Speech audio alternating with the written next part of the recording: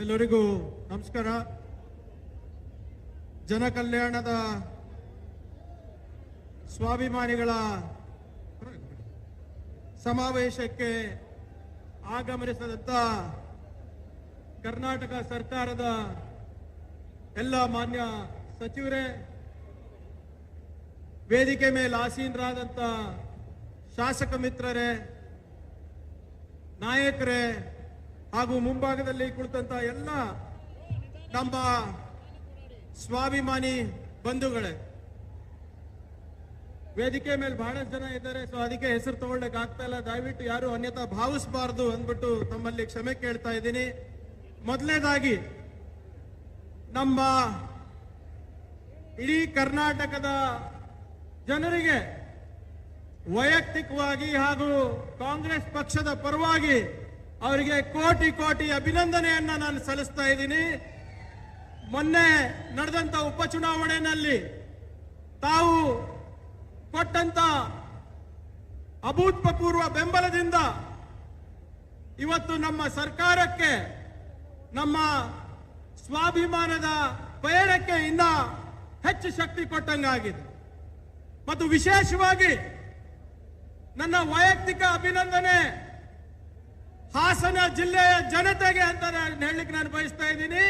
ಯಾಕಂದ್ರೆ ಮೊನ್ನೆ ನಡೆದಂತ ಪಾರ್ಲಿಮೆಂಟ್ ಚುನಾವಣೆಯಲ್ಲಿ ತಾವು ಕಾಂಗ್ರೆಸ್ ಅಭ್ಯರ್ಥಿಗೆ ಆಶೀರ್ವಾದ ಮಾಡಿ ಇವತ್ತು ಹಾಸನಿನ ಧ್ವನಿ ಡೆಲ್ಲಿ ಕಳಿಸಿದ್ದಕ್ಕೆ ತಮಗೆ ಕೋಟಿ ಕೋಟಿ ಅಭಿನಂದನೆಗಳನ್ನ ನಾನು ಸಲ್ಲಿಸಲಿಕ್ಕೆ ನಾನು ಬಯಸ್ತಾ ಇದ್ದೀನಿ.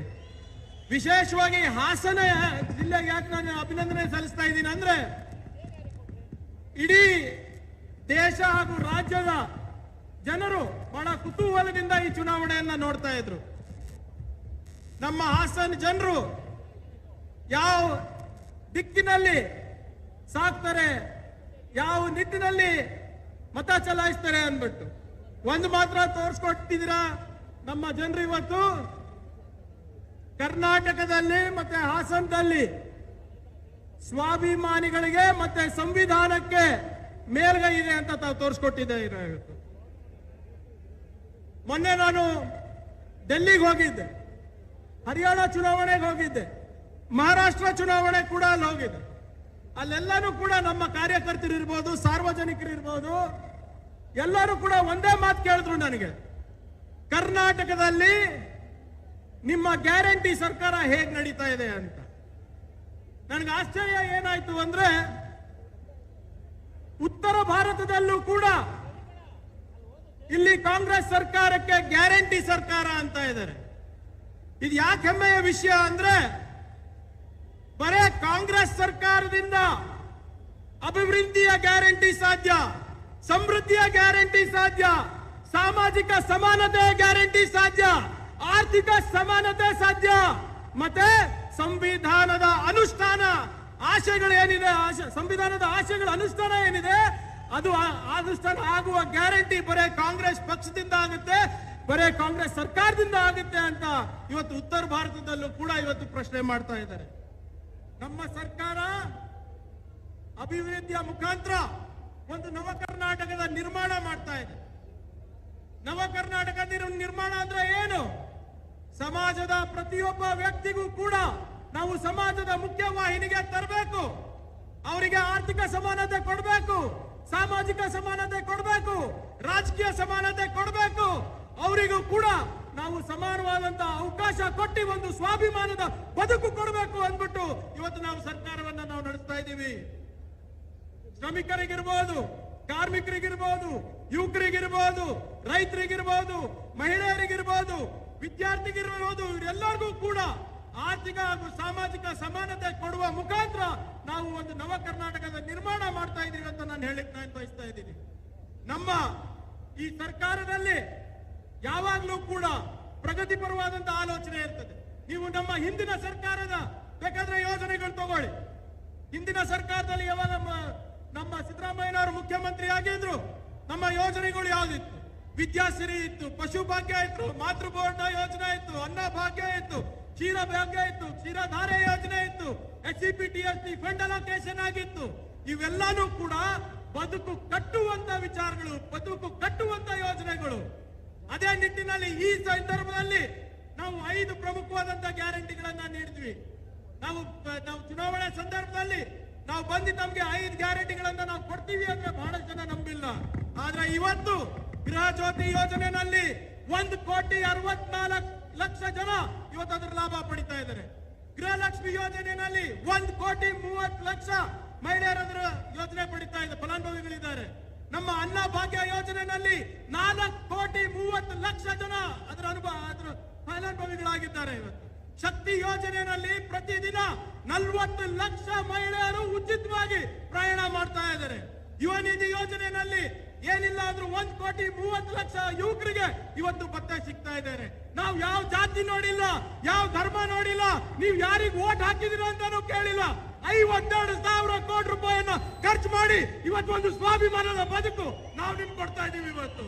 ಆದ್ರೆ ಇದರಿಂದ ಬಿಜೆಪಿ ಅವರಿಗೆ, ಜೆಡಿಎಸ್ ಅವರಿಗೆ ಹೊಟ್ಟೆ ಕಿಚ್ಚಾಗಿದೆ, ಅಸೂಯೆ ಆಗಿದೆ.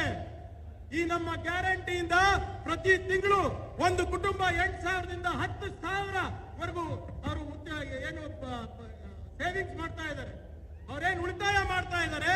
ಇವತ್ತು ಅವ್ರ ಮಕ್ಕಳ ಟ್ಯೂಷನ್ಗೆ ಇರ್ಬೋದು, ಪೌಷ್ಟಿಕ ಆಹಾರಕ್ಕಿರ್ಬೋದು, ಮಾರುಕಟ್ಟೆಯಲ್ಲಿರ್ಬೋದು, ಆರೋಗ್ಯಕ್ಕಿರ್ಬೋದು ಖರ್ಚು ಮಾಡ್ತಾ ಇದ್ದಾರೆ. ಈ ಆರ್ಥಿಕ ಸಮಾನತೆ, ಈ ಸಾಮಾಜಿಕ ಸ್ವಾಭಿಮಾನದ ಬದುಕೇನಿದೆ ಅದು ಅವ್ರು ನೋಡ್ಲಿಕ್ಕೆ ಆಗ್ತಾ ಇಲ್ಲ ಬಿಜೆಪಿ ಜೆಡಿಎಸ್ ಅವರಿಗೆ. ಅದಕ್ಕೆ ಅವ್ರು ಏನ್ ಹೇಳ್ತಾ ಇದ್ದಾರೆ, ಬಿಟ್ಟಿ ಭಾಗ್ಯ ಅಂತ ಇದ್ದಾರೆ. ಇವತ್ತೇನ್ 5 ಕೋಟಿ ಜನರು ಇವತ್ತು ನಮ್ಮ ಗ್ಯಾರಂಟಿಗಳ ಫಲಾನುಭವಿಗಳಾಗಿದ್ದಾರೆ. ಜೆಡಿಎಸ್ ಇದ್ದಾರೆ, ಬಿಜೆಪಿಯವರು ಇದ್ದಾರೆ.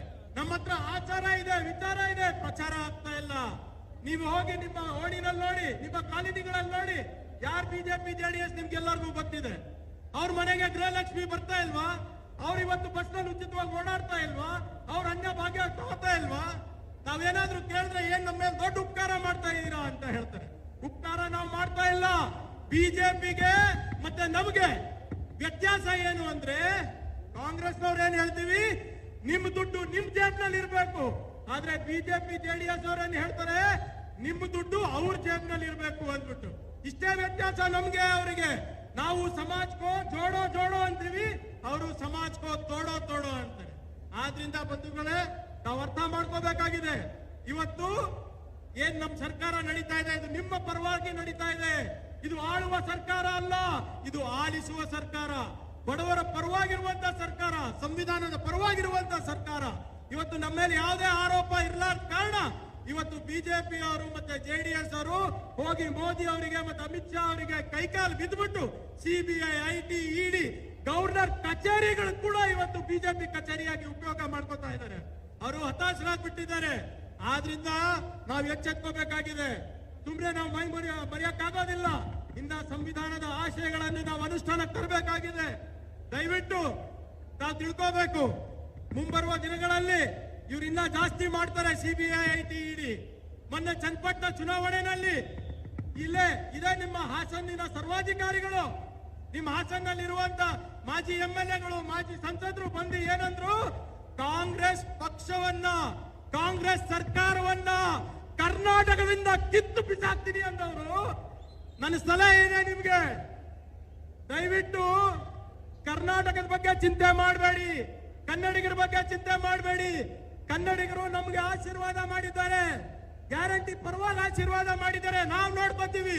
ದಯವಿಟ್ಟು ನೀವು ನಿಮ್ಮ ಮನೆ ಮಕ್ಕಳಿಗೆ ನೋಡ್ಕೊಳ್ಳಿ. ಫಸ್ಟ್ ನಿಮ್ಮ ಮನೆ ಮಕ್ಕಳು ಯಾರಿದಾರಲ್ಲ, ಇಡೀ ಹಾಸನ ಮಹಿಳೆಯರಿಗೆ ಅತ್ಯಾಚಾರ ಮಾಡಿದಾರಲ್ಲ, ಅದ್ರ ಬಗ್ಗೆ ಮಾತಾಡ್ತೀರಾ? ಅದ್ರ ಬಗ್ಗೆ ಮಾತಾಡೋ ದಮ್ಮು ತಾಕತ್ತು ಇವರಿಗಿಲ್ಲ. ಆದ್ರೆ ಬಂದು ಇಲ್ಲಿ ಮಾತ್ರ ಕರ್ನಾಟಕದ ಬಗ್ಗೆ ಉಪದೇಶ ಮಾಡ್ತಾರೆ. ಆದ್ರಿಂದ ನಾನೇನು ಹೆಚ್ಚೇನು ಮಾತಾಡ್ಲಿಕ್ಕೆ ಹೋಗೋದಿಲ್ಲ. ಈಗಾಗಲೇ ನಾರಾಯಣ ಸ್ವಾಮಿ ಅವರು ಬಂದು ಪಕ್ಕದಲ್ಲಿ ನಿಂತ್ಬಿಟ್ಟಿದ್ದಾರೆ. ದಯವಿಟ್ಟು ನಾನು ಕಳಕಳಿಯ ವಿನಂತಿ, ಸಂವಿಧಾನವನ್ನ ನಾವು ಉಳಿಸ್ಬೇಕು, ಬೆಳೆಸಬೇಕು ಅಂದ್ರೆ, ನಮ್ಗೆ ಒಂದು ಸ್ವಾಭಿಮಾನದ ಬದುಕು ನಾವು ಕಾಣಬೇಕಂದ್ರೆ ನಿಮ್ಮ ಆಶೀರ್ವಾದ ಸದಾ ಕಾಂಗ್ರೆಸ್ ಪಕ್ಷದ ಮೇಲೆ ಇರಬೇಕು, ಕಾಂಗ್ರೆಸ್ ಸರ್ಕಾರದ ಮೇಲೆ ಇರಬೇಕು, DK ಶಿವಕುಮಾರ್ ಅವ್ರ ಮೇಲೆ ಇರಬೇಕು, ಸಿದ್ದರಾಮಯ್ಯನವ್ರ ಮೇಲೆ ಇರಬೇಕು, ಖರ್ಗೆ ಸಾಹೇಬ್ರ ಮೇಲೆ ಇರಬೇಕು ಅಂತ ತಮ್ಮ ಹತ್ರ ಕೇಳ್ಕೊಳುತ್ತಾ ಎರಡು ಮಾತು ಮುಗಿಸ್ತೀನಿ. ಜೈ ಹಿಂದ್, ಜೈ ಕರ್ನಾಟಕ. ಸನ್ಮಾನ್ಯ ಪ್ರಿಯಾಂಕ್ ಖರ್ಗೆ ಸಾಹೇಬರಿಗೆ ಧನ್ಯವಾದಗಳು.